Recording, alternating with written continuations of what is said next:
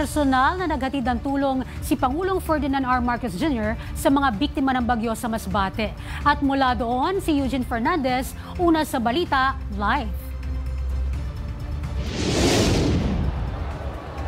Zay, dumating nga si Pangulong Ferdinand R. Marcos Jr. dito sa Nursery Elementary School sa Masbate City ngayong araw. Ito ay upang personal na ipamahagi ang iba't ibang tulong mula sa iba't ibang mga ahensya ng pamahalaan sa mahigit 100 pamilyang pansamantalang nanatili dito. Inilahad isa-isa ng Pangulo ang mga tulong na inihanda ng gobyerno para sa mga nasalanta ng bagyo.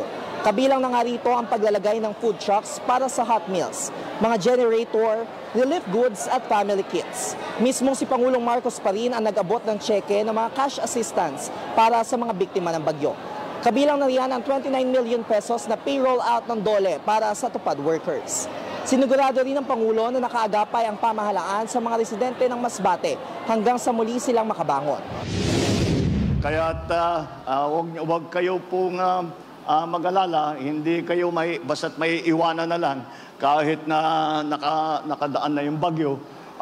Nandito pa rin ang inyong pamahalaan. Hindi po kami aalis dito hanggang lahat ng evacuees, lahat ng ating mga tinamaan ng bagyo ay nakatayo na, nakaahon na.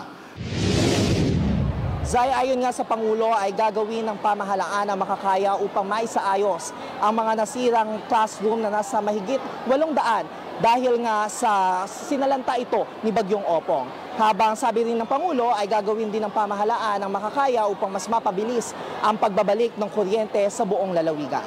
At yan muna ang update mula dito sa Masbate City. Zay.